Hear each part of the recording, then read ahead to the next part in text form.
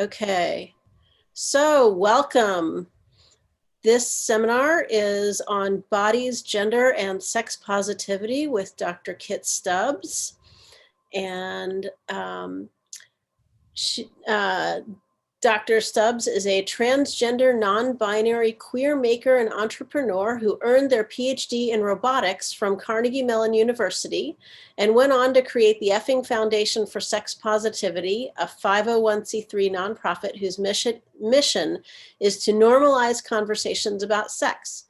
Since 2017, the Effing Foundation has awarded over $170,000 in grants to sex-positive artists and educators across the U.S.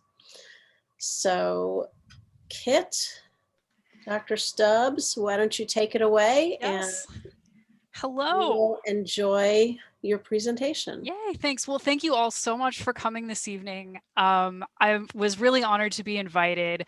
Elaine has been a friend of mine for like 20 years or something. Like, I was an undergrad researcher in the same lab where Paul was doing his graduate degree at the University of Minnesota. So we've been friends a very long time. So I was really honored to be asked to present. This is really exciting to me. The talk that I'm going to be giving is this is the broadest talk that I think I have ever given. I'm really going to try to give you all a lot of great information on these topics. I'll be stopping periodically for breaks for questions.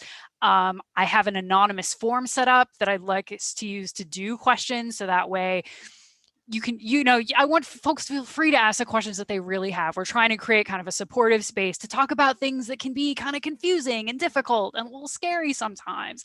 But it's going to be awesome. Most of my presentations have been to like audiences of college students or like tech nerds. And so the like women of Rodef Shalom demographic is new for me. So I'm really excited to get to meet you all and hear your questions and have this conversation together. So I am going to switch over to my slides. Let's see how we go. All right. So here we are. So welcome again. I'm so excited to be here. So we are going to cover a lot of material, but these slides that I'm giving are available right now on my personal website at toymakerproject.com. So of course, you're welcome to take notes if you feel like it, but if you want to go back to any of this material later, it is all up there. It is the top post right now on my website. So I wanted to make sure that was really easily available to everyone. So yeah, a little bit about me. So I'm Kit.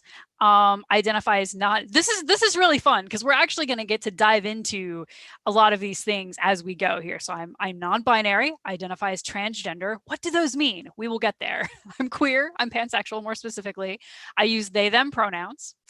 And yeah, as you heard, so I did get a PhD in robotics from Carnegie Mellon. The journey of how I got from robotics to sex positivity activism could be its own thing. And maybe if there's time at the end and people are curious, I can talk about that. But yeah, so my expertise started in tech. I was doing a lot of work with human robot interaction, interest in people. And then I started doing some more exploring on my own feelings about my gender and my sexuality. And I realized that I thought I could make a bigger impact in a different field. So it's been a really cool journey, and I'm excited to get to share some of what I found with you. So yeah, I have moved on now. I have founded and I'm the executive director for the Effing Foundation for Sex Positivity. We'll be talking more about what our organization does a little bit later in the presentation. So a brief outline. There's a couple more kind of intro things I want to cover. Then we're going to start really diving into gender and what is it and how can we think about it. Then we'll start moving into bodies, human bodies, the parts they have and don't have, and how that relates to gender. We'll then be talking a little bit about cisgender and transgender, so the relationships between gender and bodies. We'll then talk a little bit about sexual orientation. We'll start getting into the many letters in the LGBTQIA2S plus community. And then we'll get to do some diving into sex positivity as a concept and how that activism is carried out through the Effing Foundation and how it relates to other kind of social justice efforts and activism. So that's kind of the big plan. So just to get things going, I like to do, when I start a talk, a privilege check and a land acknowledgement. So by being here and getting to talk with you all, I recognize that I have a lot of privilege, right? As a white, well-educated person, I'm grateful for the privilege that I have, that I'm able to give this talk and you all are able to hear it. I try to acknowledge that. I also want to recognize that, so I live and I'm talking to you right now from Somerville, Massachusetts. Rodef Shalom, of course, y'all are in Pittsburgh, and Somerville is located on the ancestral lands of the Massachusetts and Pawtucket peoples, and Pittsburgh, I believe where you are, there's some overlap between the Osage Nation and the Shawnee Nation there. I think it's important to recognize that, at least that I am a settler here, I'm a descendant of settlers, and that's something I need to keep in mind throughout my work. A few disclaimers.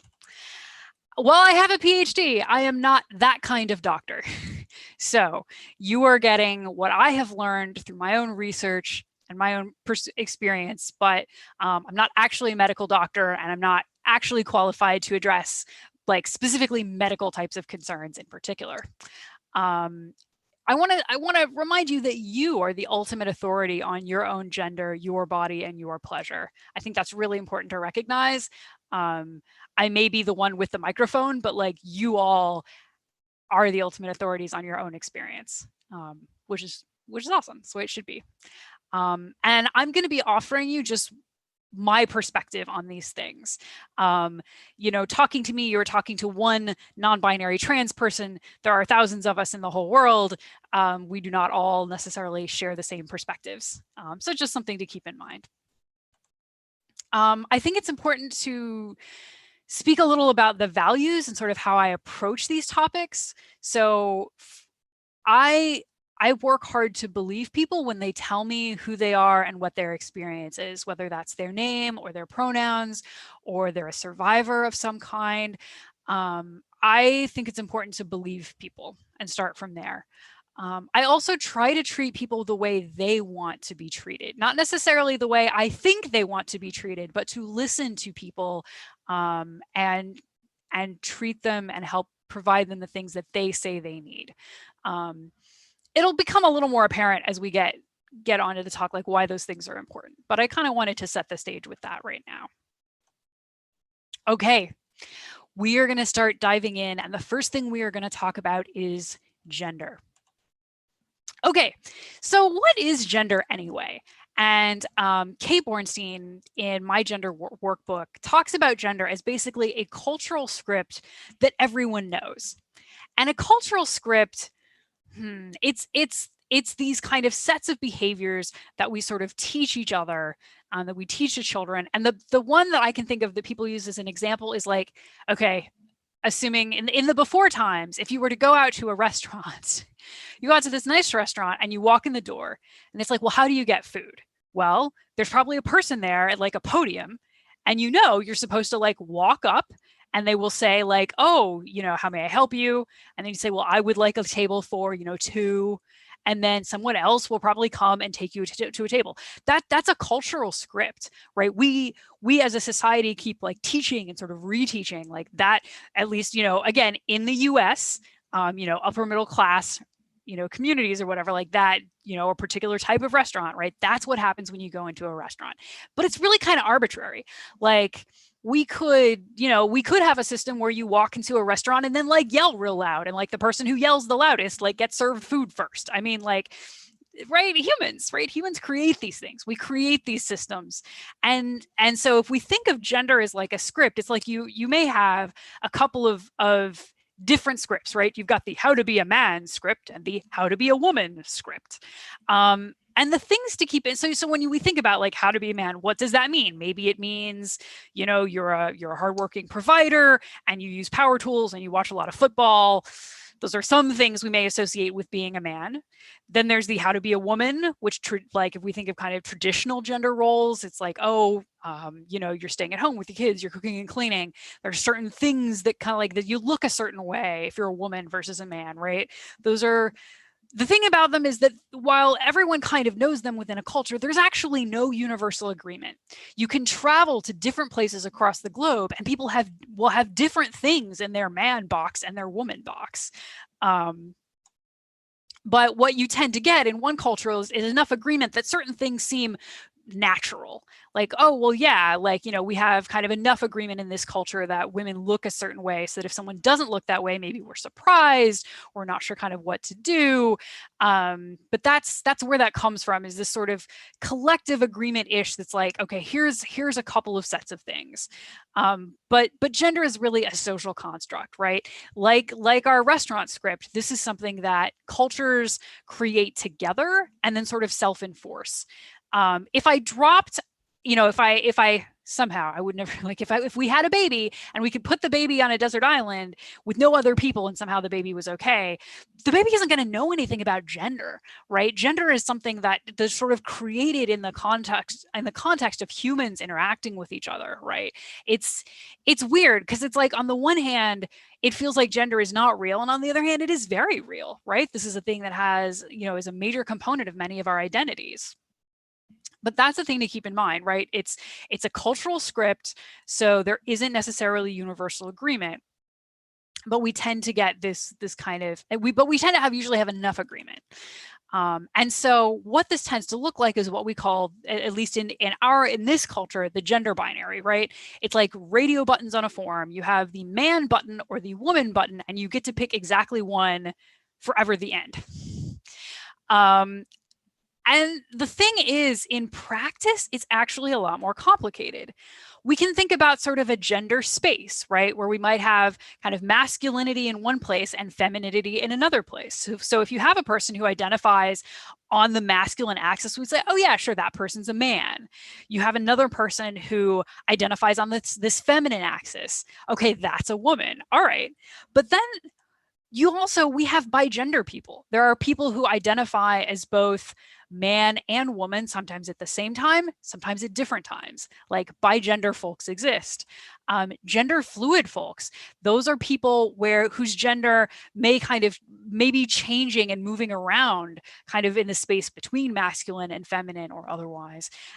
Gender fluid people exist. So there's this whole space, and really, the thing is, the axes aren't even just masculine and feminine. You can think about other gender or genders, this whole space where people can be. We've got, so there are folks who identify as demi-gender, sort of slightly of a particular gender. I know demi-men, demi-women. Somebody may identify as gender queer, or agender. So some folks identify as not having a gender, and that's all like their own experience, right? Gender is a thing you basically, you know, in your mind, and it's it's the relationship between kind of your mind and sort of the people around you, like that kind of interaction. But gender itself is basically internal. And so if we think about the gender binary, so in my case, for instance, if we're going to, my gender is best described as like, well, it's if the only options for gender are those man and woman and that's it, my gender does not fit that. Like, that's, in my case, that's honestly about all I can tell you about it, is that my gender just does not fit there. And we'll talk a little bit more about kind of non-binary as a term as we go. So I love this graphic. This is by the Trans Student Educational Resources Group. So here's our representative person, the gender unicorn. So they have a gender identity. So here we've got some tracks there. We've got kind of the woman space, how much woman are they feeling, how much man are they feeling or identifying as, and maybe how much of some other gender or other axis are they identifying as. And again, this is in the brain, right? Gender identity is sort of internally how you feel and how you identify. That is separate from gender expression. So your gender expression is how you choose to present yourself, right? So it might be your pronouns, the clothes that you wear, the way you do your hair, speech mannerisms. These are things that you can say, okay, well, how feminine am I dressing today versus how masculine am I dressing today versus something else? And those are separate things, right? Because we know certainly you can be a woman who maybe dresses in what we think of as a very masculine way. I'm thinking of like butch lesbians in particular. It's kind of stereotype about butch lesbians, but like, so you can, these things can mix and match in different ways. So you can have your gender identity, and then your gender expression may vary from that in some ways. And like, that's okay. Like, humans are awesome and do cool things. And I think gender and gender expression is one of them. So, okay. I just threw a big chunk of information at you. So I want to stop and take some questions. So the URL, which I'll see if I can paste in chat, although now that I'm sharing my screen, I don't know where the chat window went. I pasted it into the chat already. Thanks, Elaine. So, yep, if you go to tinyurl.com/KITWORS, we've got a form there. So we already have a question so someone is not sure if we may be talking about gender role or body gender. Yeah, that's an interesting question. In this case, let me think about this. We're going to be talking about bodies in a minute. Generally, I think of gender as, the sort of role, your perception of like your kind of cultural script that you're using to interact with the world. And we'll get to kind of bodies and how that relates to gender in like the next section. So thank you. That is coming. Oh, someone asked for more detail on demigender, right? So demi, that prefix indicates sort of a partiality. So I know someone who identifies as a demi-woman. So they identify as sort of a partial woman, like sort of woman, but not like 100% woman, maybe. They feel sort of somewhat attached to the concept of woman, but they're not like, yeah, I'm a woman. It's like, well, it's complicated, right? It's like, sort of like kind of this sort of space of more question, of more, maybe less, this sort of partialness, sort of partially woman. Let's see. Oh, great. So more questions coming in. Thank you all. So the question is, if someone is non-binary, do they not feel attached to their genitals or breasts or body parts? So not necessarily. So that there can be a disconnect between your gender and the body you have. That's often known as dysphoria. And some non-binary people experience it and some don't. I don't in particular. Actually, I'm fairly comfortable with the body that I have. It's just that my gender is not woman anymore. It used to be. It isn't anymore. I can't always entirely explain it. So yeah, dysphoria. Some people, they may experience a disconnect between their actual gender and their body, or how they're perceived and treated, and that's called dysphoria. And we can talk a bit more about that when we get to transgender folks. Another great question talking about agender.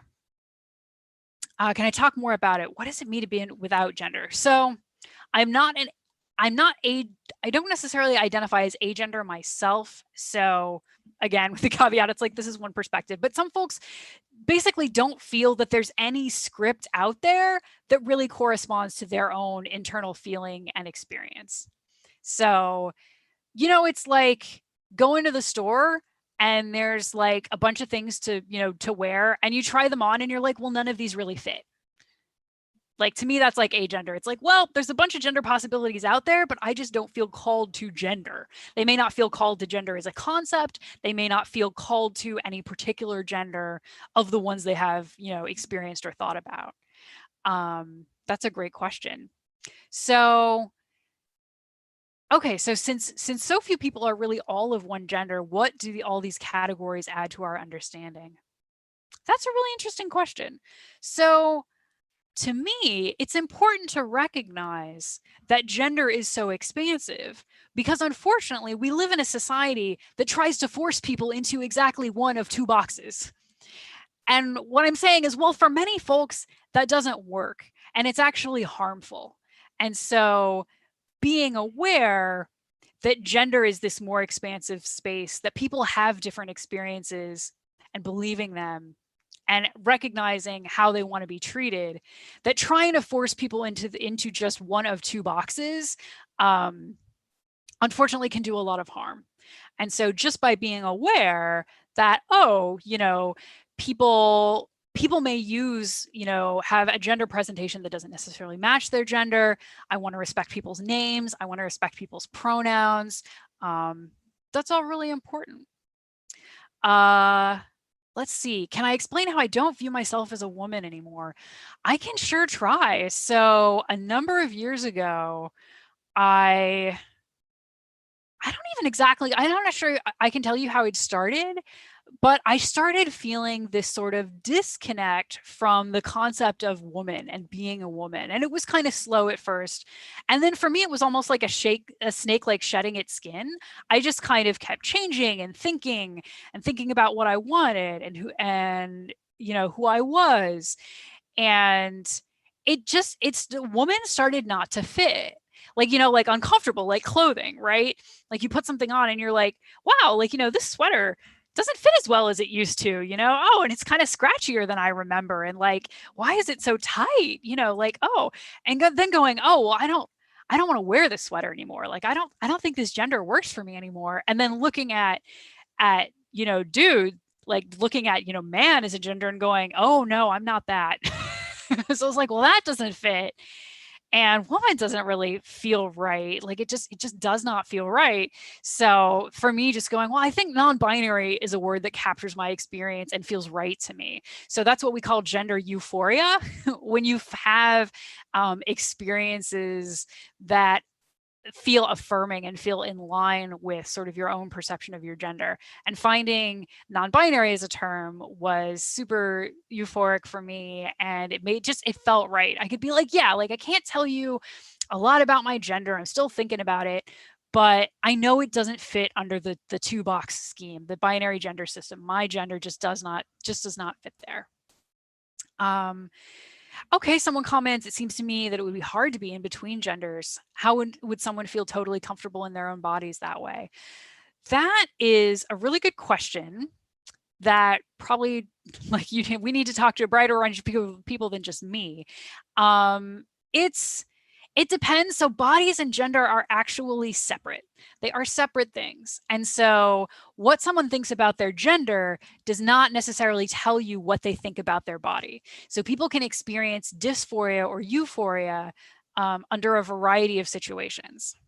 So that's a really good question. As a developer, is it best to do open fields for gender than, how to do analytics on data? Yeah, unfortunately, there are not easy answers.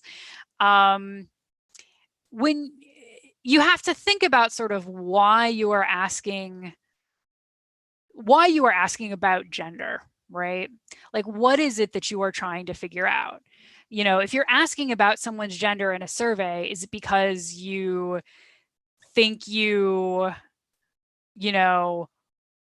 are you interested in the genitals you think people have? Which is unfortunately because we tend to have this strong correlation between bodies and gender, which we're going to talk about in just a minute.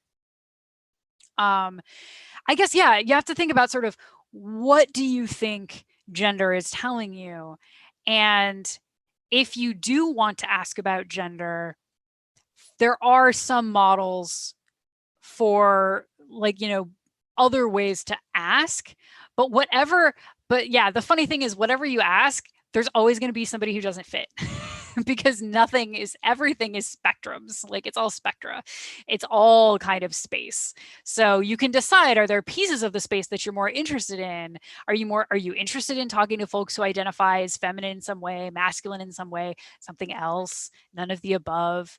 Like you can still do that, but you just kind of want to be mindful and think about like, what are you really trying to get from that information? Do you even need to ask? Because I maintain there's a lot of situations where like people just don't need to ask. Let's see, same question about names. Why aren't the terms non-binary, or are they sufficient? Ooh, I'm not entirely sure I could put together that question. Yeah, like I know, I like somebody comments this is a difficult topic. I know, it's such a difficult topic. And the fact that you're here and you're trying to learn with me together, I really, really appreciate. Yeah, what we may have to ask, you may have to, we'll get a little further and then you may have to circle back to me on that question. Do you think if our society was completely fluid with gender expression, that you would feel an attachment again to the category of women? I don't know. It's possible. It's possible. Right now, like, even though I know this is so weird, right?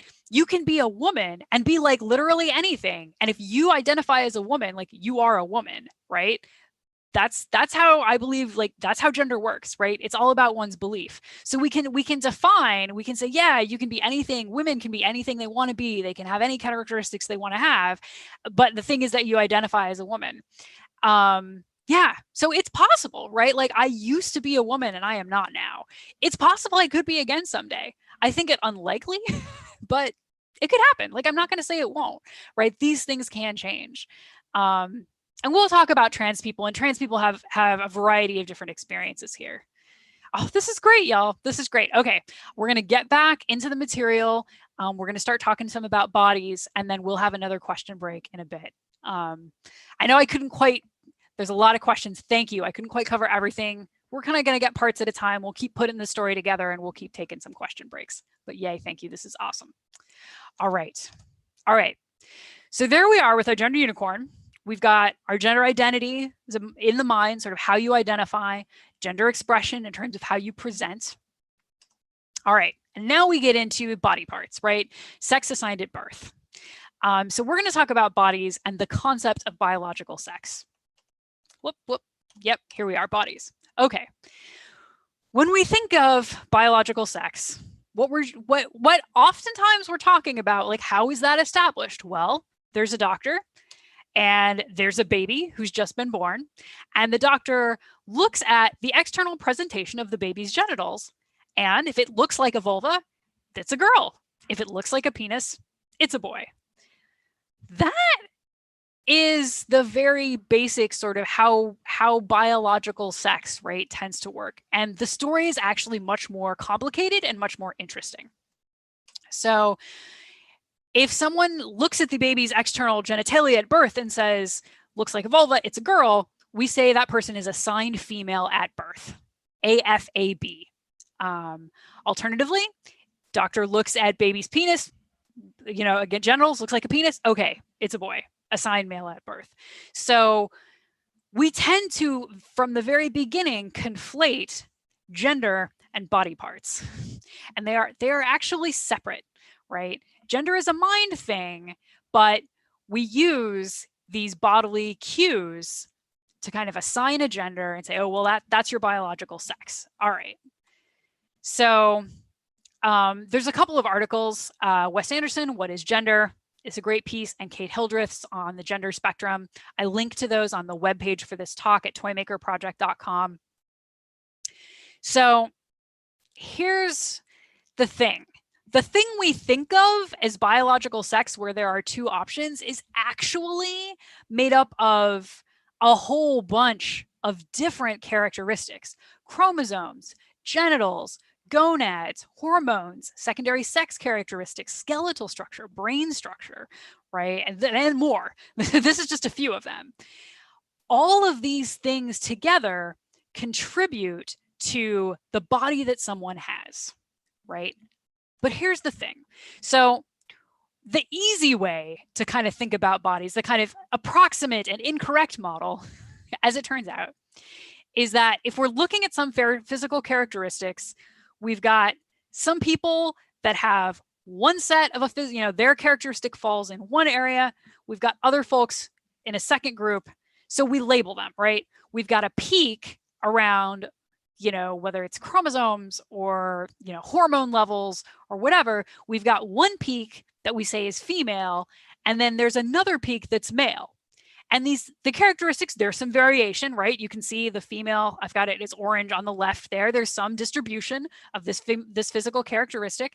Same with male on the right. There's a different distribution of this characteristic. But we've got, most people are at that peak. But the problem is, the reason why this is incorrect is that it assumes that there is no intersecting space in those traits. What actually happens with bodies and these various physical characteristics is they overlap. There is a whole distribution. So while we can say we have a mode, is what it's called, like most people, we've got one mode. Mode, sorry, is in the statistical concept of there being like the most of one particular value in a set of data, right? So we have a lot of people clustered at female, and we have a lot of people clustered at male, the sort of quote male value for that characteristic. But there's spread and there's overlap. And we know this in part because intersex people exist. Intersex people are a group of folks who may have an assortment of different characteristics that means they do not clearly fall in our convenient female and male boxes. There's range in external genital appearance. There are different conditions that can cause different things with hormones. Like there's a whole bunch of different physical qualities that show this overlap, and we know people have them. Intersex people exist. In fact, intersex people make up about 1.7% of the population. It's about as common as like redheads, I guess, across the whole world. So, wow, right? So there's this huge variation in bodies that we really need to recognize. And so when we see sex assigned at birth on our diagram here, you're probably going to be assigned female, male, or other. You may be intersex. Those are the bins we tend to group people. But again, the physical traits are these continuums. They are these spectrums. And we have a great deal of variation in them. So what I'm saying is biological sex is also a social construct. The idea that we have just two categories that everyone fits into, it's a social construct. It's kind of a convenient, it's an agreement that we sort of come to. Humans, right? Humans like things to be easy and find patterns and find categories. But it's not that easy. And so gender and genitals are not necessarily correlated. So, right, whatever genitals you have, whatever physical characteristics you have, that may or may not be, you're going to have a gender identity that may be related or it may not be related. And like, that's okay. But it's important to know that's true, that intersex people exist, and they will have their own gender identity and gender expression. And we'll get into trans folks in just a second. Yes, in fact, here we are. So we've talked some about gender, and we've talked about bodies and the spread, the things that bodies do. So the terms that we often use to describe this relationship are the terms cisgender and transgender. These are adjectives. You would say a cisgender man or a transgender man, for instance. So the key is in these prefixes. This is super cool. So from Latin, cis means on the same side, and trans means like on the opposite side or across from. So for cisgender people, their current gender is the same as the gender they were assigned at birth, right? They're on the same side. So if you were assigned female at birth and you identify as a woman, you're cisgender. Cool. If you were assigned female at birth and your current gender is a man, you're transgender. So again, we've got this notion of crossing and it's really just about sort of being on the same side or not being on the same side, really. So for transgender folks, their current gender is different from the gender they were assigned at birth. So I identify as transgender because I was assigned female at birth, but I don't identify as a woman.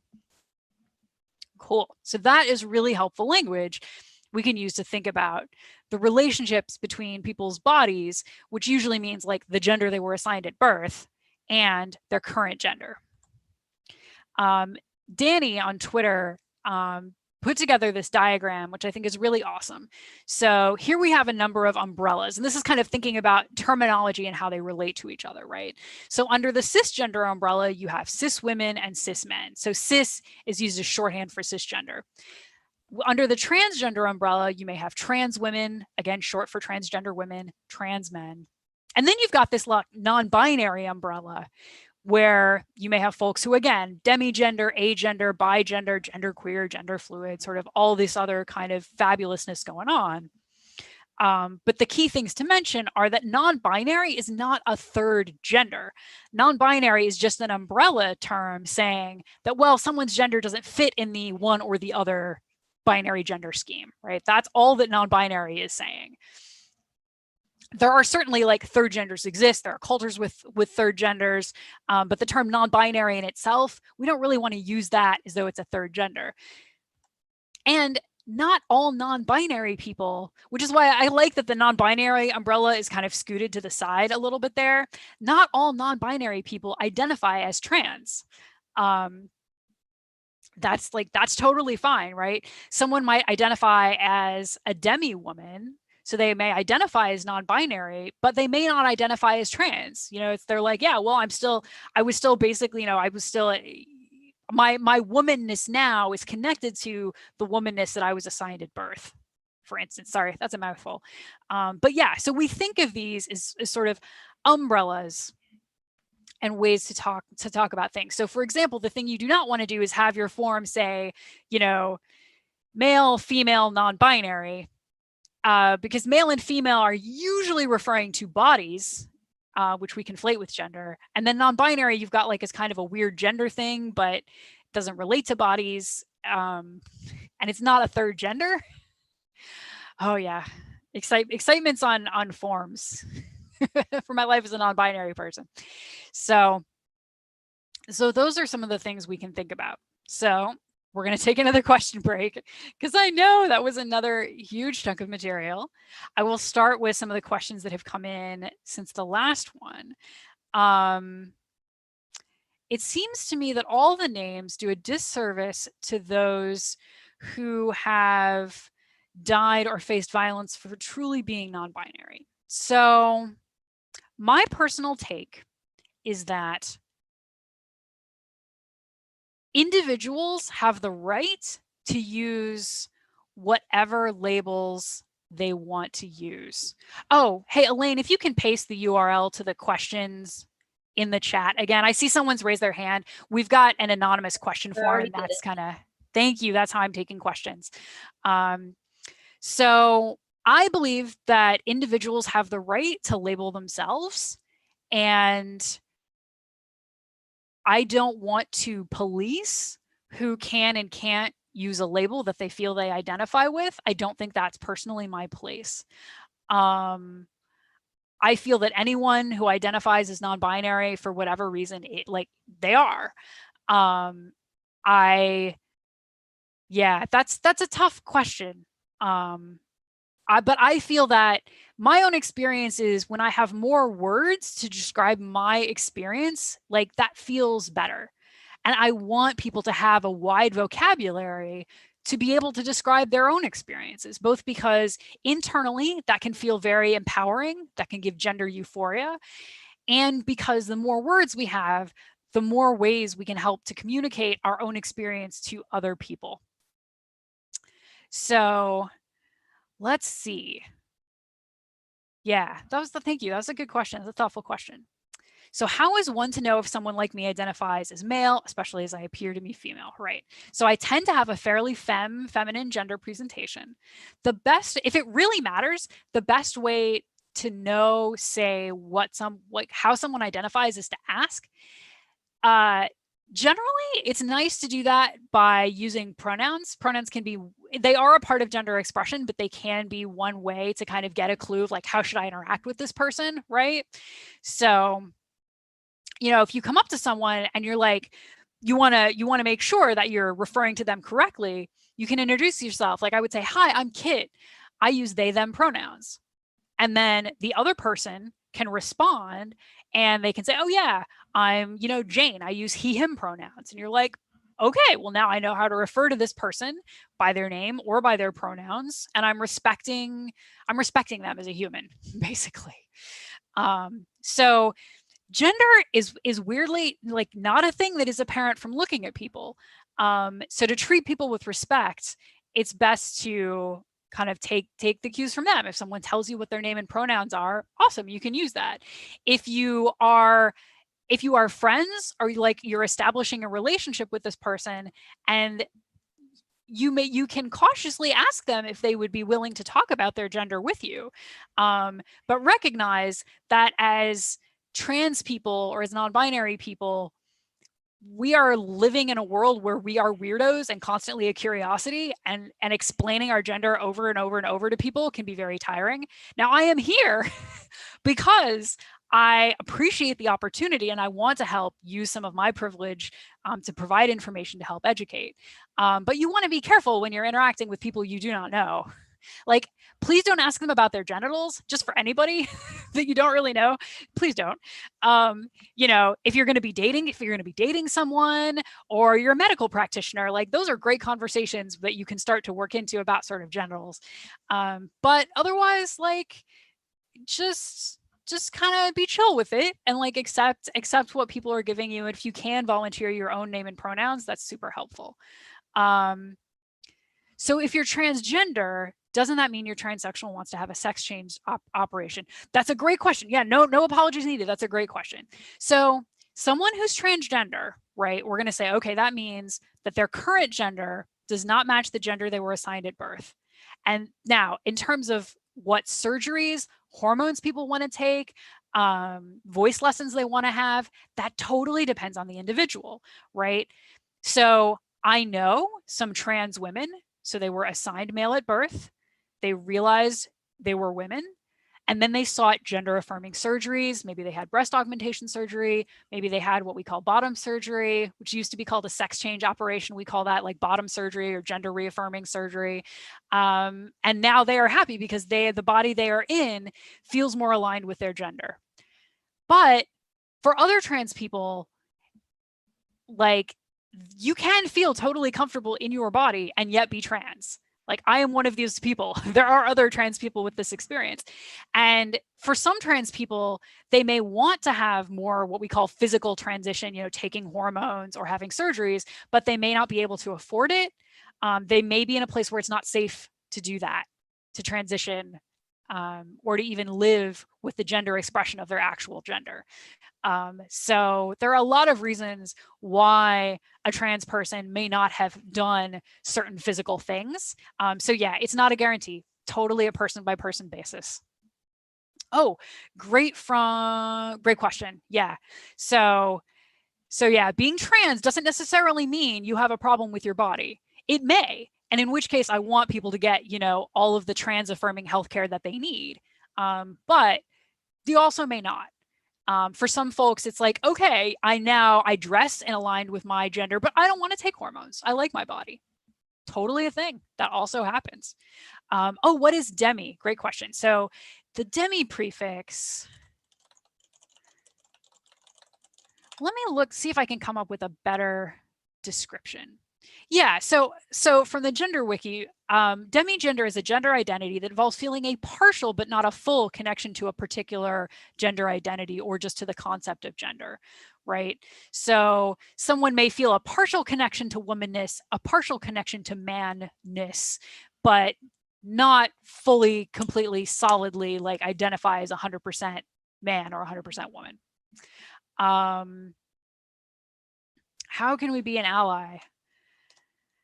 And okay, so being an ally, we'll get there's a lot of things, and we can talk more about this later. Some of them are just like use people's name and pronouns. I know that's it's like you keep talking about it, yeah, because it's actually a big one. It's actually really important. It respects the dignity of the individual to use the name and pronouns that they want, that they have.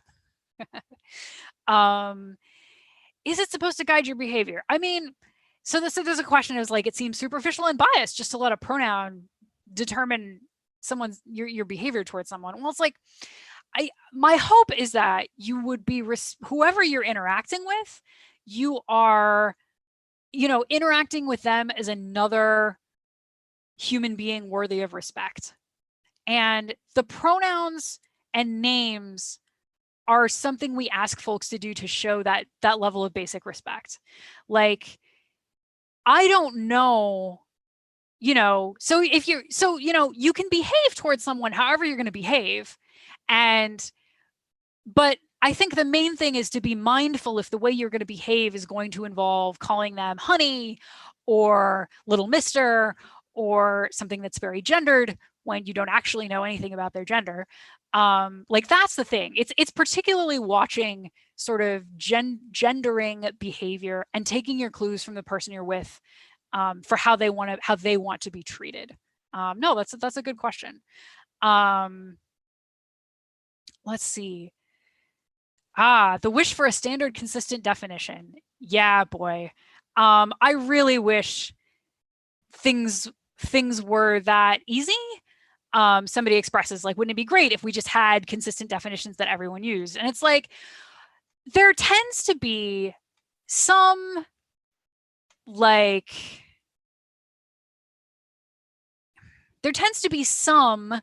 community consensus.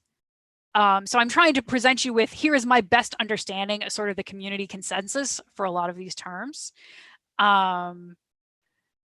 Yeah, no, I agree. So someone points out that they're bi, and a bi person can be attracted to someone of any gender, and it gets confusing because people assume that bi people are only attracted to cis people, and that absolutely is not necessarily the case. Yeah, I agree.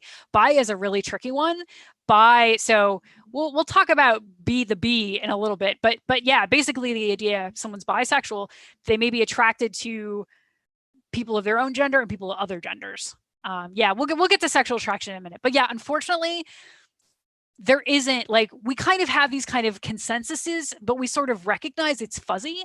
And I know that's not easy, and it's hard. It's hard. Unfortunately, I don't have a better answer for you.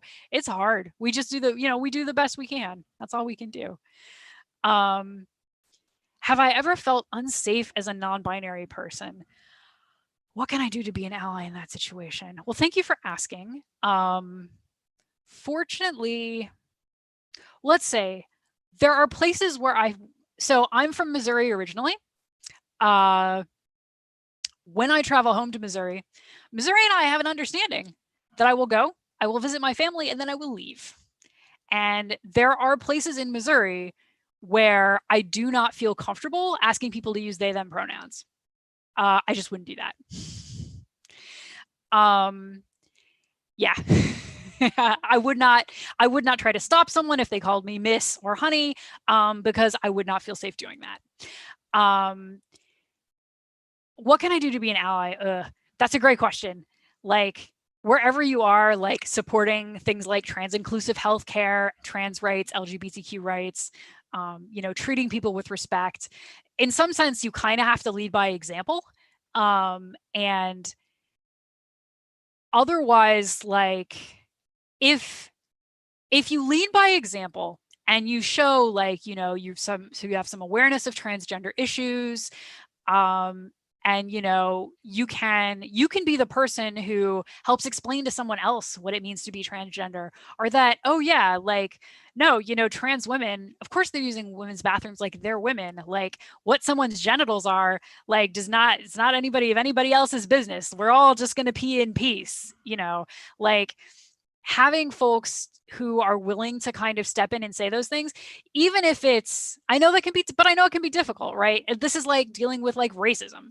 Like, am I always going to be able to call out the racism that's happening in my family? Honestly, no. Like, I keep working on it, but that can be real tough. And this is kind of similar. Like, when you have those opportunities to treat people with respect, to show that you're aware of these issues and that they're complicated, and that you support trans people, queer people, that's all awesome and much appreciated. And even if it's, you may be talking to someone who's never going to change their mind, but you don't know who's listening, right? You never know who's listening. Younger people in the family, younger friends. The more that you show that you are aware and supportive, that helps create an environment where anyone really will start to recognize that, like, oh, this is a person I could talk to.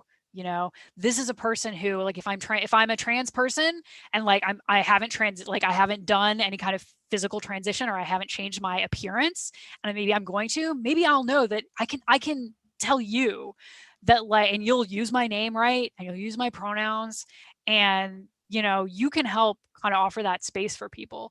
But yeah, it's big, right? There's the sort of big policy things, and then there's the individual sort of standing up in situations. And yeah, thanks for asking. That's a great question. Does being non-binary have any connection to my own sexual pleasure? Oh wow! All right. Well, we're gonna we're gonna get to sex and sexuality shortly. Actually, for me, it's interesting because I think of the things I think about and how I relate to my body are very different now as a non-binary person than when I wasn't non-binary. um, there's different things I want to do. There's different ways I interpret the sensations internally and how I think about things. Um, so yeah, for me, it is kind of related. I don't know that that's true. That's certainly not true for like all non-binary people ever. But for me, yeah, like there's a reflection, I think, of my gender identity in terms of how I think about pleasure and how I think about my body. And yeah, we can get into more of that in a bit. Oh, thanks, y'all. These are great questions. Again, thank you so much for sticking with it, and being open and being willing to have this kind of challenging conversations. Because I know this stuff is messy, unfortunately. This stuff is really messy, and the fact that you're here and taking this time to learn is really awesome. I'm going to keep saying that because y'all are awesome. All right, Let's dive back in. Let's dive back in. So, what is up next? Okay. All right. So we've talked some about gender. We've talked some about bodies. Now we have sexual orientation, right? So there's our lovely unicorn. We've got our gender identity, our expression, our sex assigned at birth. And now we can think about attraction. And the way we think about attraction now, we think about a physical component and we think about an emotional component. So physical attraction relating to, like, I think somebody's hot. You know, yeah, like I'd really like to hit the sack with that person, right? That kind of erotic energy. Specifically, that kind of physical attraction is what we're thinking about. So someone could be physically attracted to women, to men, to people of other genders. Then there's also emotional attraction. Here we usually think about this as this kind of romance, right? Like the kind of fairy tale ending, like, yeah, I want someone to like whisk me off on a horse and ride away into the sunset, right? That kind of vibe, that kind of romantic attraction. So physical attraction, again, someone might be physically attracted to people of a particular gender or other genders or no genders, and multiple of those, right? There are folks who identify as asexual and that, like, I don't experience that kind of physical sexual attraction. That is normal. That is a thing. And you may have folks who are demisexual.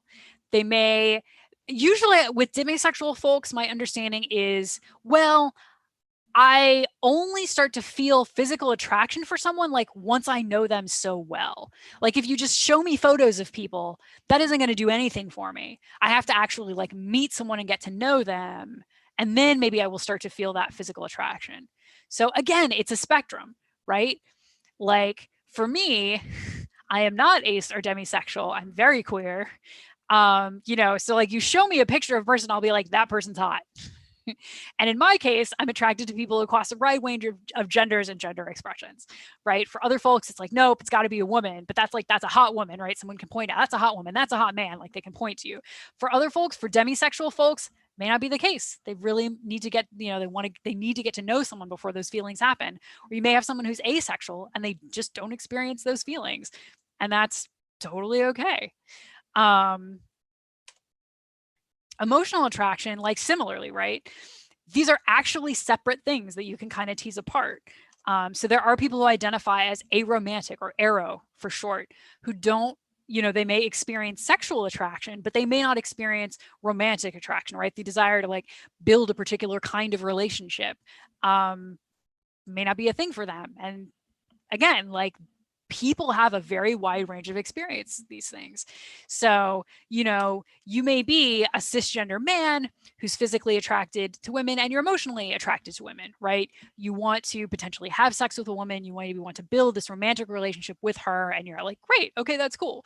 But there's a huge variation, and those things can move all around the place, and they can change over time because humans are amazing.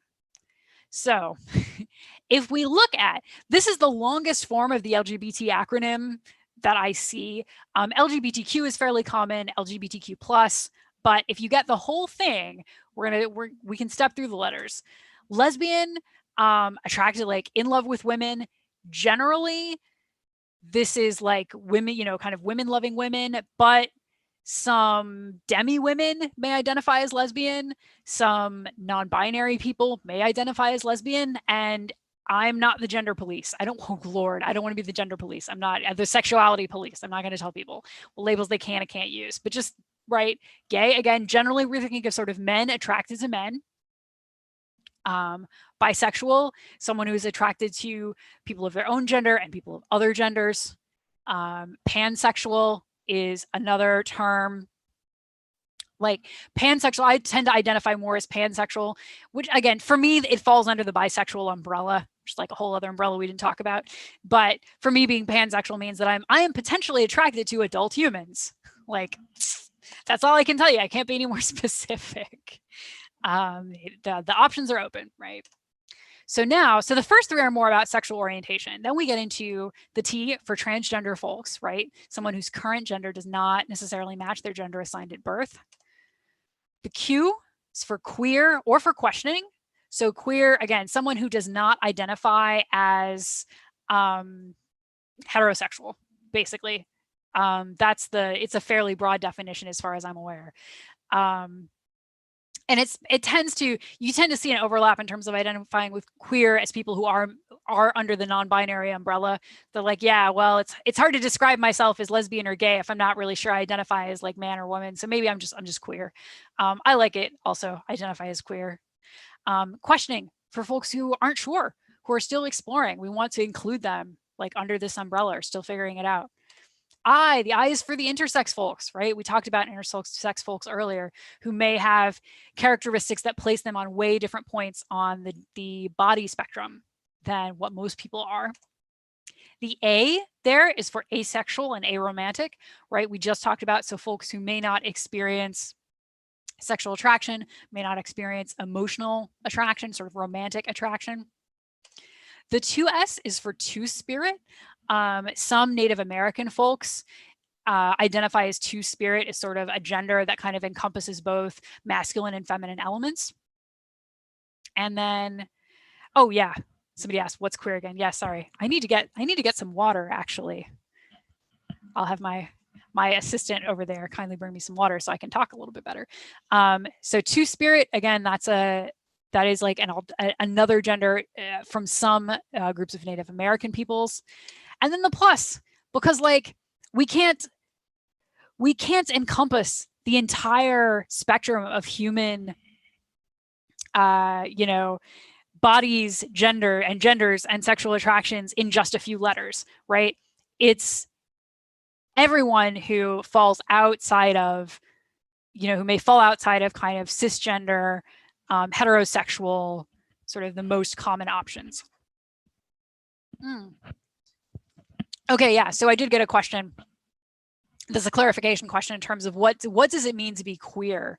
So queerness is a reclaimed slur. So for folks, I'd say slightly older than me, being queer was very much a put down and an insult. That's since been sort of reclaimed. So folks now, folks now are starting to proudly claim it and say, well, yeah, I'm queer. So queer tends to just say basically queer is the way of saying I'm not straight. Like, I'm not straight. That's what queer means. It may not, you may not be able to learn much more. Queer also can have sort of political connotations around sort of questioning capitalistic norms, materialistic norms. But gender-wise, queer is like, I'm not straight. That's, sorry, sexual orientation. Queer is like, I'm not straight. Good question. Let's see, I see another one. We may actually be about into another, yes, we are at another question break. Wonderful. I'm gonna leave this slide up for a bit, but yes, we're in another question break. Let's see. I've posted the link on the chat again. Thank you. Thanks, Elaine. So let's see. Someone said in chat that they're non-binary and would prefer to have non-binary as a ordered gender.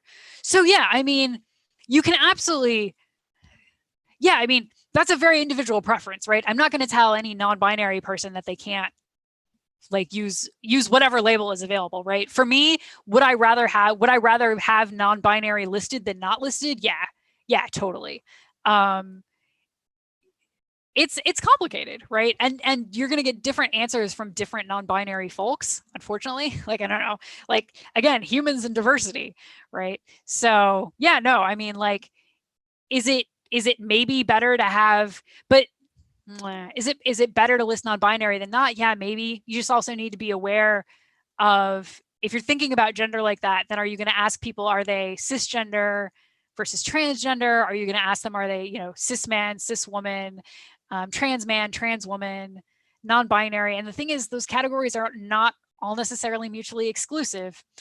But yeah, I am definitely supportive of like more, at least recognizing that there are more than two boxes, because there are. And unfortunately, pushing people into one or two boxes can do harm. So that's why we have to be really careful about it. So yeah, queer, meaning not straight. Is the term queer only for use by queer people? So again, this comes down to policing labels, which is the thing I don't want to do. What I will say is, queer, the term queer generally means not straight. If you tell me you are queer, then I will probably believe you are not straight. You may want that or not want that, I guess.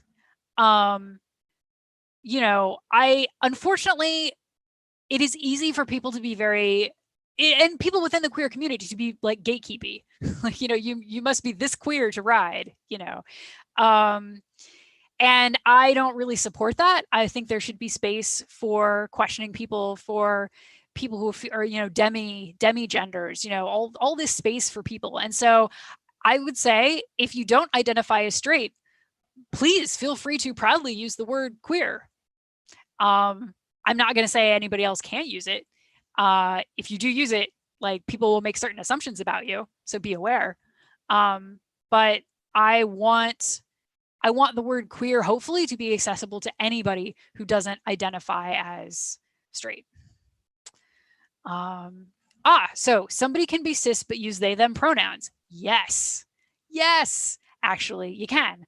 I just had a friend ask me, they said, Kit, I'm thinking about using she and they pronouns. I'm a cis woman, but I want people to express, I want to acknowledge that we do too much binary gender stuff in culture, and I want to kind of acknowledge that. And, can I, what do you think, right? Should I use she and they as my pronouns if I'm a cis woman? And I took a look at it, and I asked permission to ask some of my other non-binary friends. And basically our take was, everyone gets to use the pronouns they want for whatever reason. If you use they as a pronoun, people will probably assume you're some flavor of non-binary. And so it's kind of up to you if you're okay with that. But generally, like, we want any pronouns to be accessible to anyone. And we want anyone's pronouns to be respected regardless of their gender identity. But yeah, like, it's maybe going to be easier for a cisgender person to use they pronouns, and people respect that, than someone who, does not pass as cisgender and, uses some pronouns that people don't think make sense. Like, it's going to be a lot harder on them. But like basically we want every, the kind of consensus our group came to was like, yeah, we think people should use whatever pronouns they want and have those pronouns be respected.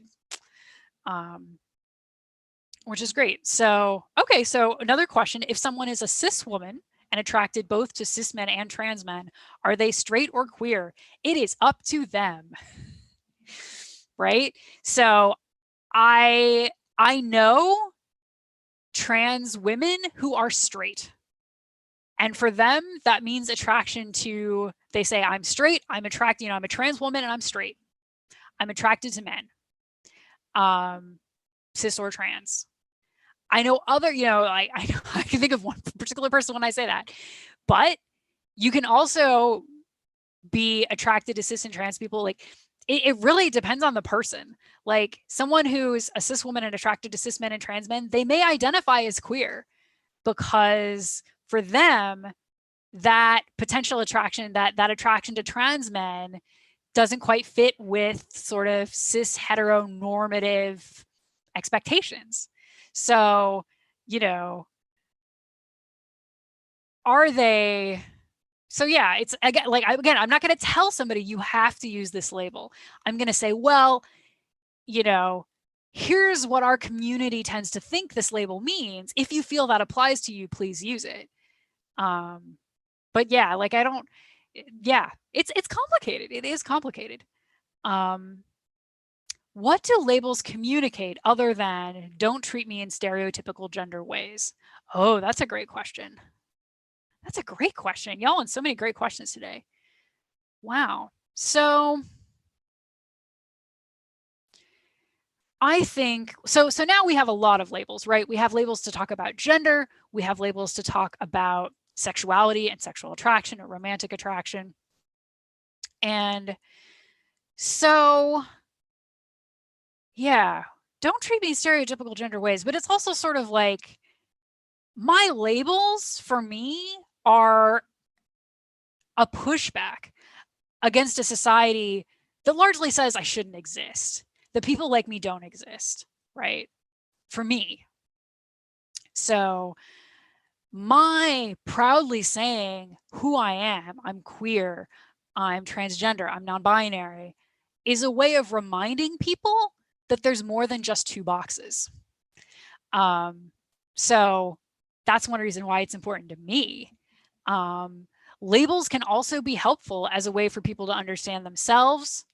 If you've had certain experiences, knowing there's a word for it is really powerful. It helps you find other people.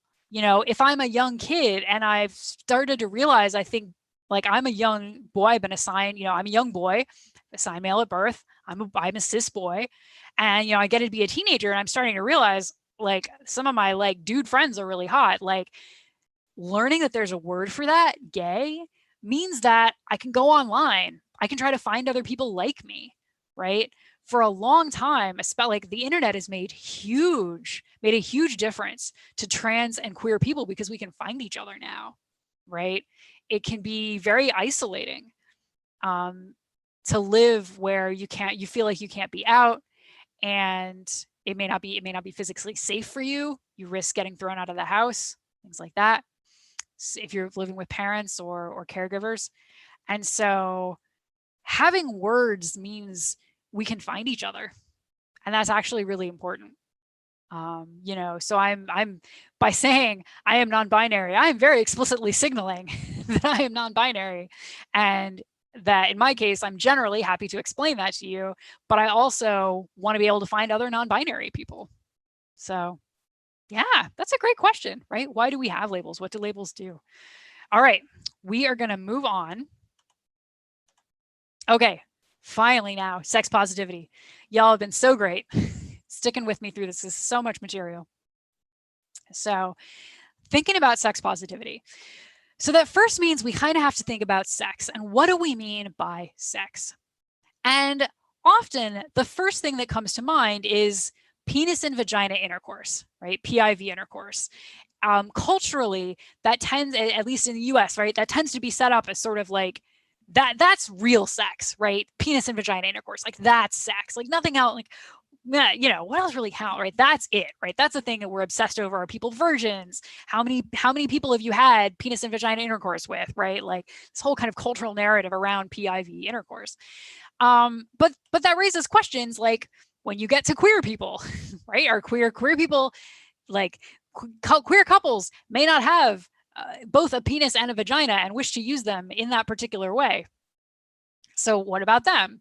What about folks with disabilities for whom penis and vagina intercourse may not be on the table for a number of different reasons? Do we not consider, like, do folks with disabilities not get to have sex? What about masturbation, right? Masturbation is an incredibly powerful tool, can be very self-empowering. And so that's not part of the conversation. Like, what is going on? So when I think about sex, I like to use a definition by Dr. Marty Klein. So he calls sex the exchange of erotic energy. And I amend it slightly because I'm interested in the consensual exchange of erotic energy. And if we start moving away from thinking about sex as one specific act requiring specific genitals doing a specific thing, we can think about sex as really about pleasure, about the exchange of this energy. And that means it can be messy, it can be silly, it can be funny. We tend to take sex, particularly PIV sex, as like incredibly serious, and like, especially when y'all first getting started and figuring that stuff out, man, it's messy, it's silly, it takes practice.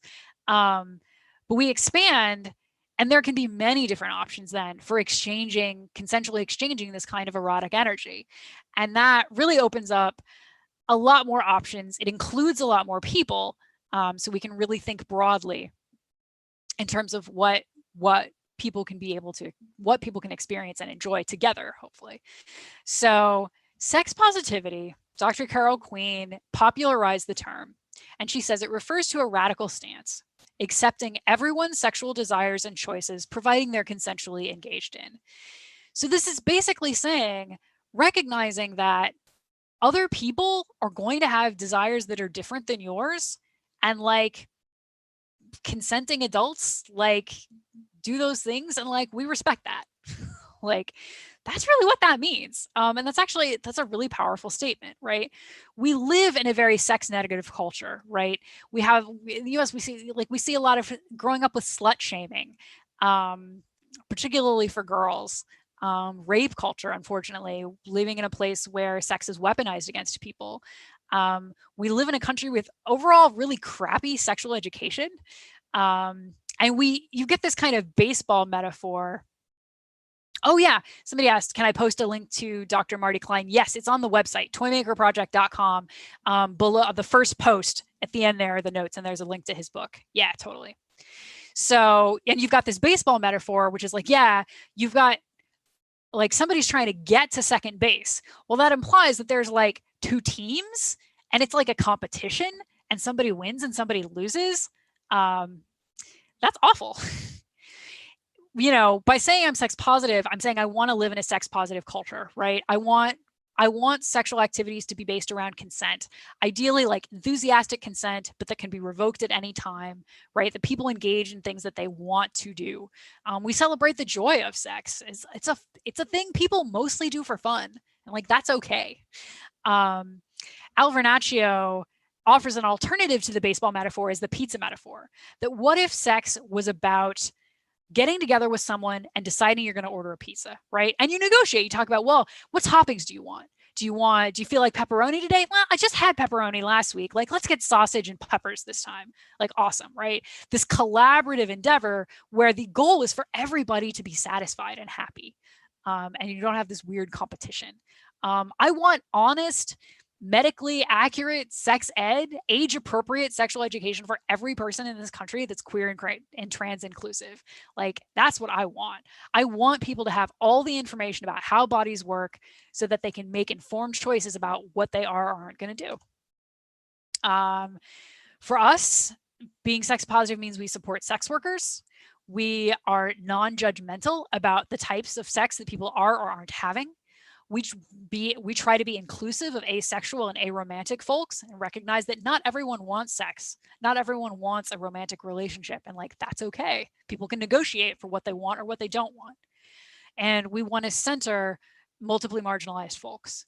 So people who may have, be queer and disabled and people of color, like all of those identities, like how do we make sure that we're supporting them as we strive for this kind of culture? Yeah. Oh, what's a sex worker? Oh, great question. Well, I'll mention sex workers. That could be a whole other talk. I am not a sex worker. Generally, a sex worker is someone who trades sex for money. Like people who act in porn may identify as sex workers. Strippers may identify as sex workers. You may have what's called full service sex workers, people who will perform intercourse or various acts for other people for money. And we're talking about folks who choose to do this, not folks who are, trafficked. Like we're talking about like consenting adults deciding to exchange money for sex, basically. That's what we're talking about when we talk about sex workers. There is a whole awesome sex worker community of activists.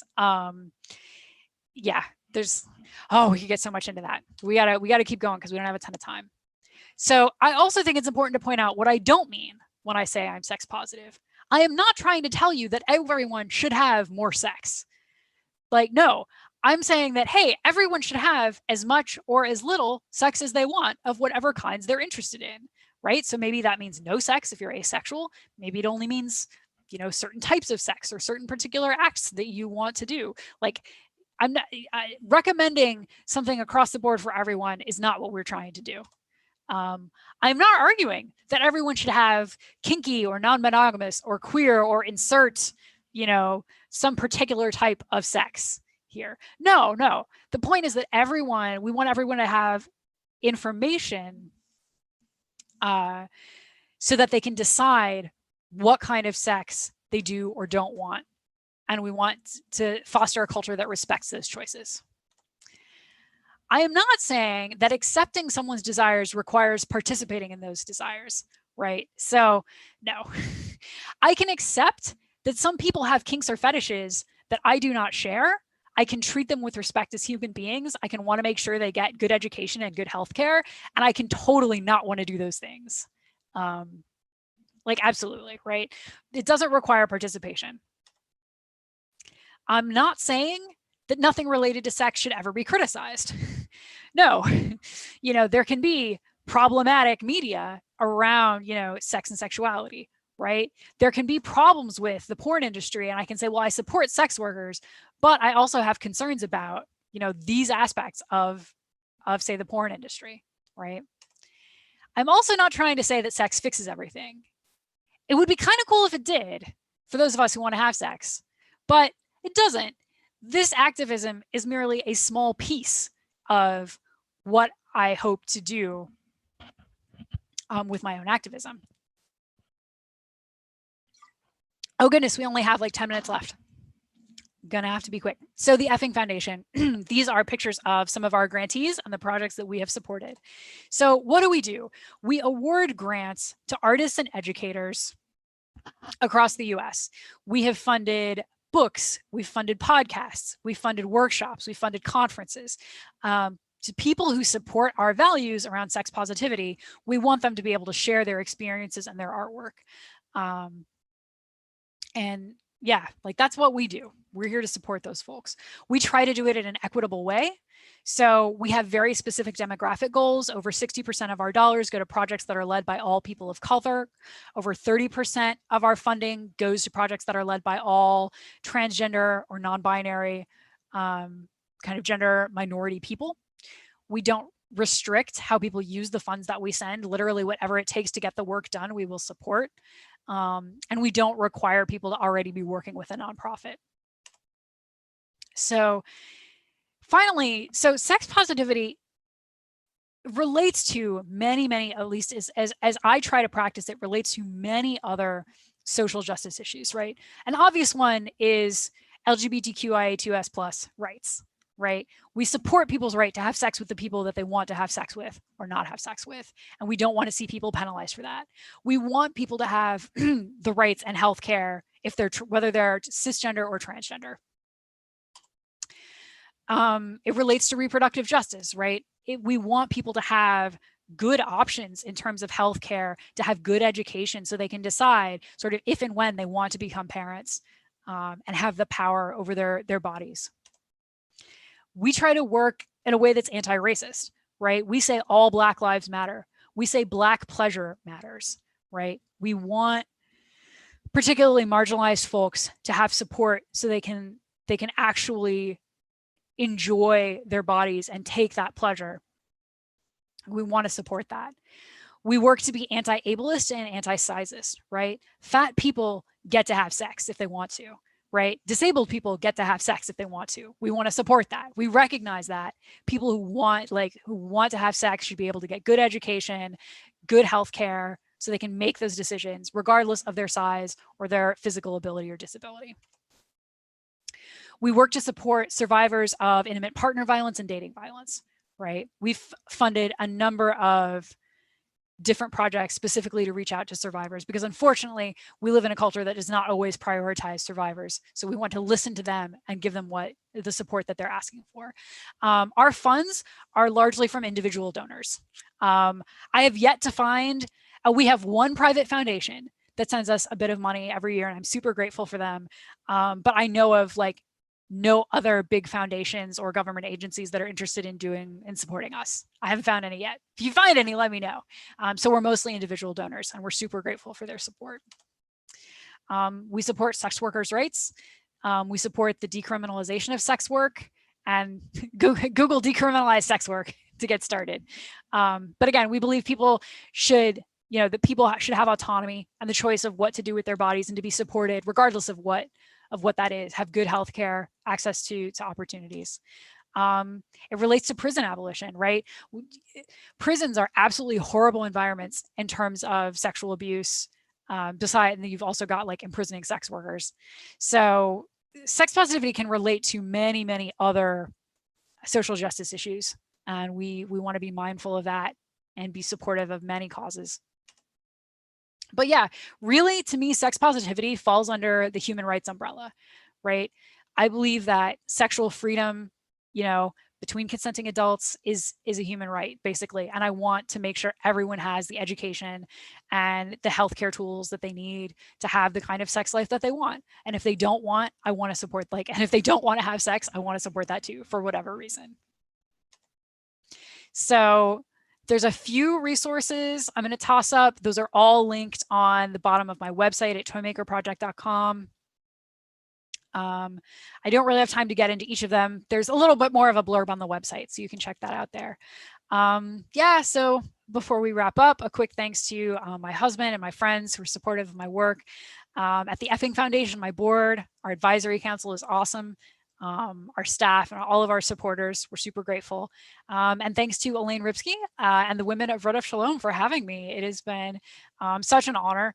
I'm super grateful. So we have a couple more minutes. We can do a little more Q&A. I'm going to leave this, I'll probably leave this slide up for a while. So all of the slides and links to all the resources are at toymakerproject.com. There's the URL again to ask me a question. If after this talk you still have more questions, you're welcome to send me an email. I'm at kit.n.stubbs@gmail.com. I'm on Twitter as Vorticist. EFFING.org is the Effing Foundation if you want more information about our work there.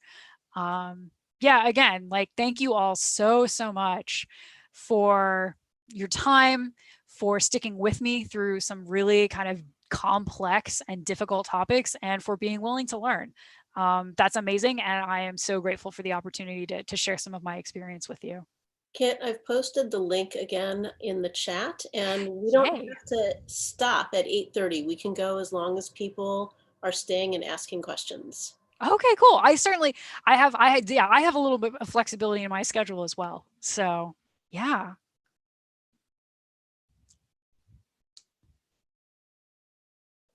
Yay. Oh, yes. Unfortunately, I have not figured out how to see the chat while I am sharing my screen. So thank you cheers to the person who pasted the link in. Oh, for the Global Equity Fund. Thank you. Yes. Well, thank you very much. Yes. So please, absolutely feel free to reach out to me, mention that you saw the talk. Again, it is such an honor to have the opportunity to present to folks who are interested in learning about these things. Yeah, it's a blast. Oh, like I say, I'm just so grateful to all of you. Yeah, and you've had great questions, and that's been so much fun. Oh, cheers. Someone who identifies as ace says thanks. Yes, yes, absolutely. Asexual people, I know you're there. I know. Yeah, absolutely. Like asexual people to me, any fall under the queer umbrella. So I'm always excited to meet ace folks.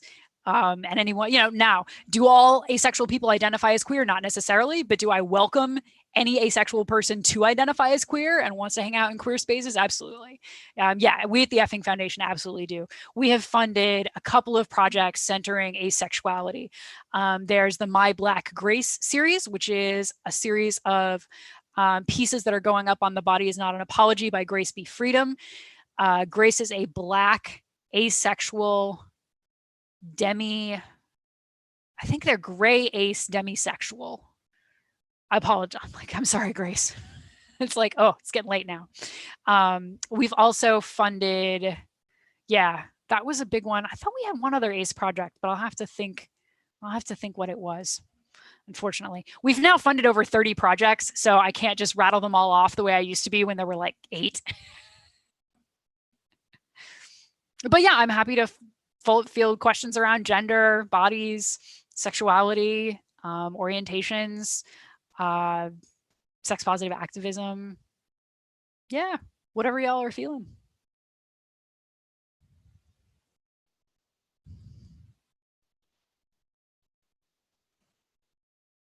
All right, well, I think I'm gonna stop sharing my screen. Yay. Yay, okay, now finally I can see the comments. I'm sorry, Elaine. I know I said I was gonna follow the comments and then I totally couldn't see them once I was sharing the screen. Oh, well, thanks to, oh, you're welcome. You're welcome, everyone. Thank you for expressing your appreciation. I really, I do appreciate it. Please feel free to refer back to the slides. Yeah, like, oh, and yeah, great post. Kashira, and I apologize if I'm not pronouncing your name correctly. Learning to be with the discomfort of not having definitions be categorized is part of being an ally. Yeah, yeah. It is. It's not everything. Yeah. Sitting with discomfort. Oh man, a thing I am always myself working to get better at. So that's a great reminder. Yay.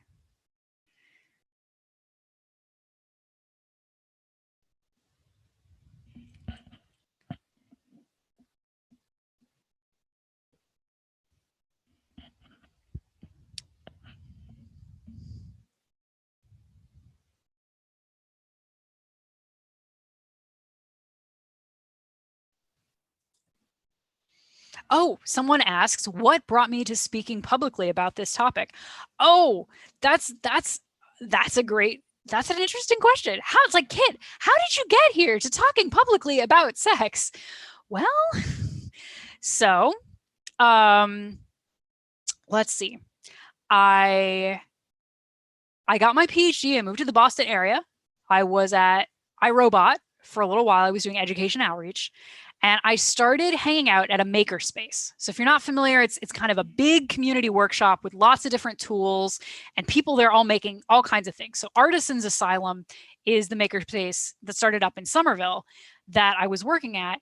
And I was hanging out and volunteering there for a couple of years before I realized that what I really wanted to make was sex toys.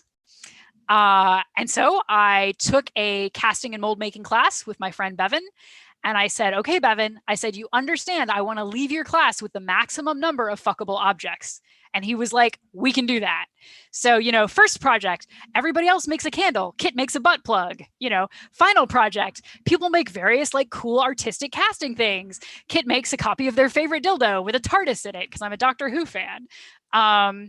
So I started making these, thank you. I started making these really nerdy sex toys. And I made one that lit up. and it was called the Hammer. And the Hammer, crack.com named it the #1 geekiest sex toy of all time. And traffic to my website like exploded. And I started being invited to give talks about like sex tech and making toys. And I have always loved speaking, actually. I did oratory in high school, the National Forensics League. I've always enjoyed speaking. And I was starting to move out of my career in robotics.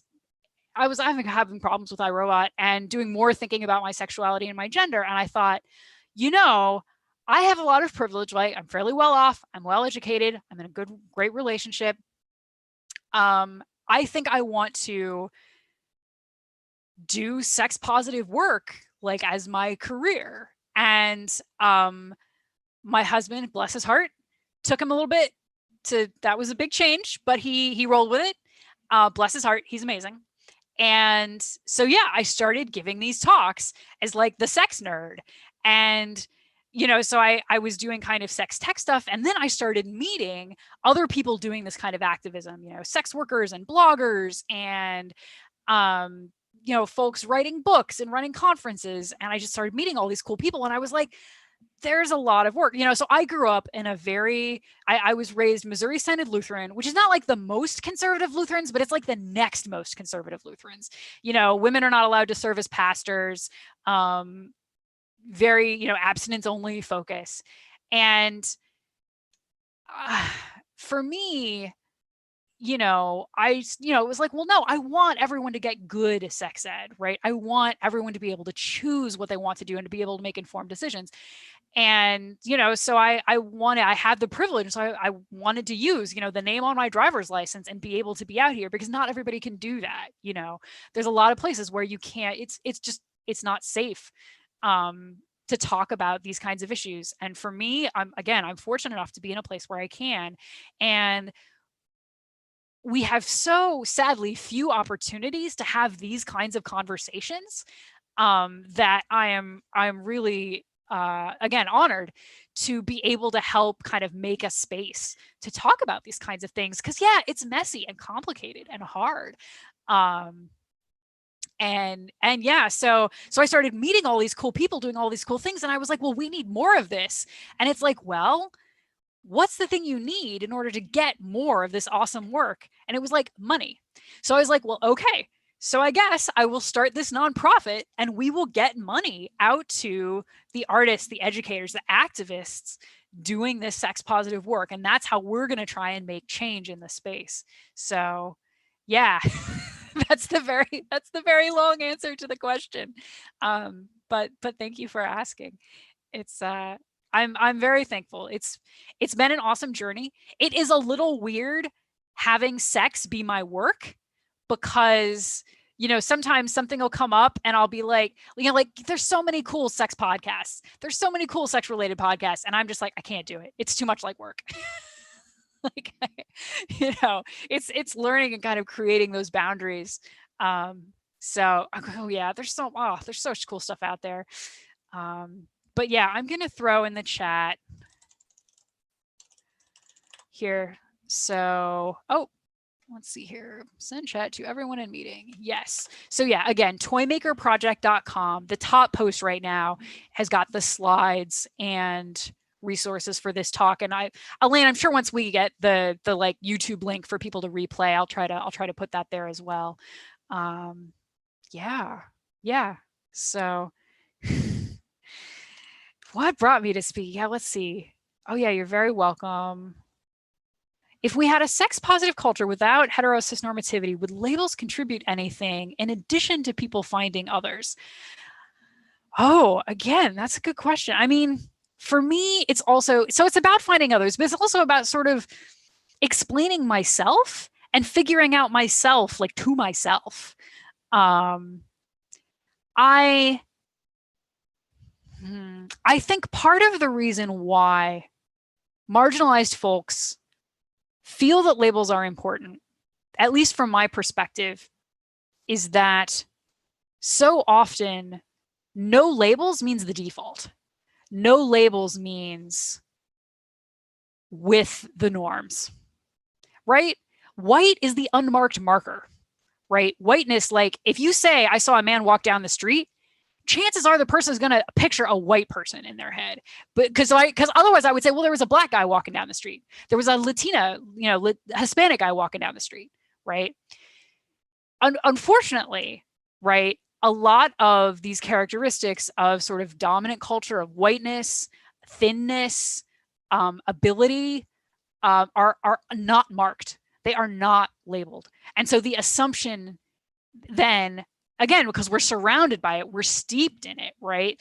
This sort of cis heteronormative white supremacist culture, if it's not marked, it goes to the default. And so labels, I think, at least for me, and I think for other folks as well, are a way of explicitly saying no, of pushing back and saying, no, like here, I'm going to claim this space with this label. Yeah, it's going to be kind of imprecise, and we may have to talk about what exactly it means to me and things like that. But I'm going to claim this space that is marked, that I'm going to note that here's where I fall outside the norm, and that I still should be respected, regardless.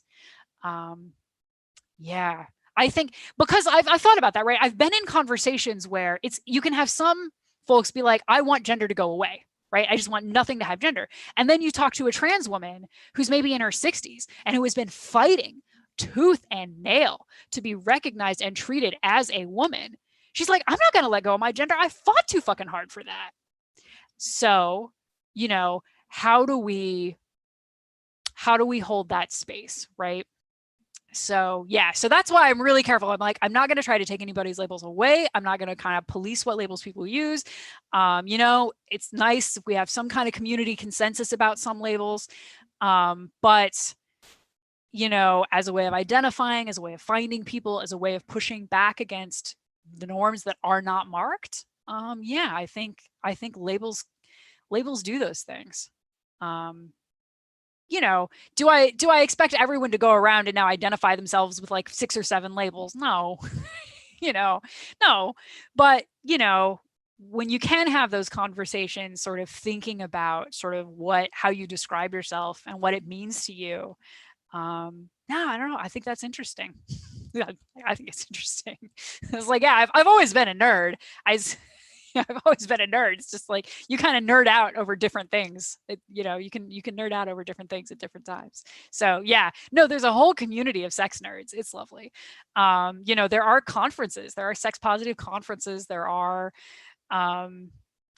it's fascinating. And like I say, I really just wish there were more opportunities for people to have these kinds of honest conversations about these really sticky, difficult things. So again, so grateful. This is such a cool space. What was my PhD in? Robotics, actually. Not related to this at all. That's why I'm very clear. I am not that kind of doctor. I cannot help you with medical related anything. I can do my Google and try to give you my best advice, but yeah, no, my work was in robotics. I was doing work in human robot interaction and looking at sort of how people interacted with technology. And what I realized was that really, for me, people are the most important thing, like in that equation. And yeah, some of my thesis work was ethnography. I was doing basically anthropology for a chunk of my thesis, which was really cool. But yeah, I realized that no, people are what's really important, and I've kind of tried, this is the direction I ended up moving in.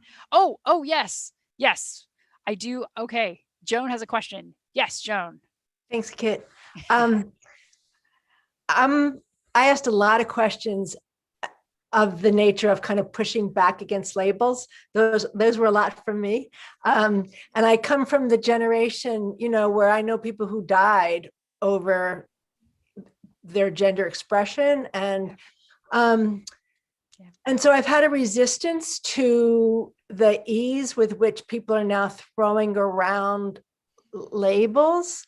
And you've helped a lot with some of my resistance to that. But when you just said, the trans woman in her 60s who said, I fought too fucking hard, it crystallizes a question for me, which is,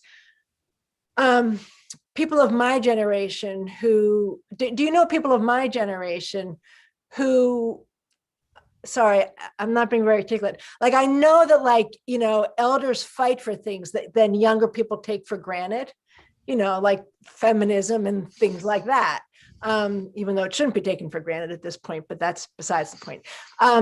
So how do people of like 50 and above who really put their lives on the line for decades feel about the ease with which people are just kind of exploring and using all these labels?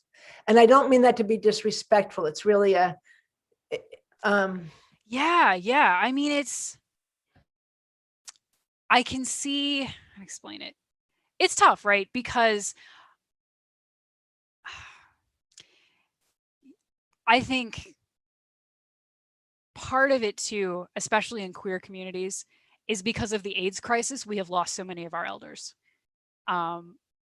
You've got a whole chunk of people that didn't have very many elders to learn from and to kind of build that connection. And for me, I think that's part of it.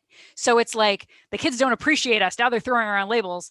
And part of it's like, well, a lot of you were dead. Like, I didn't know a lot of you, you know, not you personally, but sort of like that, this generational thing. It's like, oh, I think we unfortunately did not have the chance to make a lot of the connections. And also, I think the internet changed things so much, and for good and for bad. To be like, there have been some good things and bad things about that. So I don't know. My approach, you know, all I can control is myself, right? And what I try to think about it as is now people have more language, they have more tools, you know, and I try to learn from elder. We just lost, sorry, Carmen Vasquez was an amazing queer LGBTQ organizer. She just passed from COVID a couple of weeks ago. She did so many amazing, she worked in San Francisco, she did work in New York. She was doing a lot of work with the Woodhull Freedom Foundation, which runs a sexual freedom conference. And I did not really know her personally, but like I had heard her speak a number of times, and she was so respected. And I'm sorry, I'm really getting off track, but you know, her energy was very much like she wanted people to know the fights she had had, but she also recognized that things changed, things were different, and that a lot of it was still coming together and fighting, that there's still things we have to come together and fight to support. You know, gay marriage, great, but trans rights, disabled people don't have marriage equality. That's a whole other, like, you know, whole other issue, you know. And so for me, I try to celebrate that people have these tools, that I have these tools, to be grateful and remember the folks who have fought to help us get to this point, to come together and continue fighting where we need to. Yeah, it is. And it's, yeah, you know, oh, thanks. Well, you know, it's like I watch things go by on Twitter, and even younger queer folks than me are seeming to get caught in this sort of policing of labels. And it's just like, just like, like, no, like, could we just not, you know? No, it's tough. But yeah, I absolutely, you know, owe so much to the folks who have come before me, and so much to the folks who I didn't ever get a chance to meet. So thank you. No, thank you. I really appreciated the questions, and I hope that I was able to help give some perspective. But I really do. Like, I'm grateful. I'm grateful that you're here and that you've taken so much time to think through this. It really means a lot. It really does. It's, especially since these days I don't get to see many people. Like, my day job, I sit here at my computer, I make spreadsheets, I write Word documents, I send emails, right? Like, you know, and I miss getting to give talks in person. I miss going to conferences and actually seeing people and getting to have these kinds of conversations. Yeah. So this has just been just really awesome. Yeah. Does anybody else have anything else you'd like to go over? If not, that's okay too. But Okay. Well, we're going to wrap this up. Sounds Thank you good. so much for coming and giving us the education that we didn't know we needed. Well, again, thank you so much for having me. Thanks to all of you. Thanks to, the whole group. Again, I'm super grateful for the opportunity. All right. Well, if you have any questions, Kit, will you post your information in the chat? Yeah. We'll leave that up for a few more minutes, and you can contact them at your leisure and continue the conversation. Yes. Thank you all again. Have a great evening and a great weekend. You too.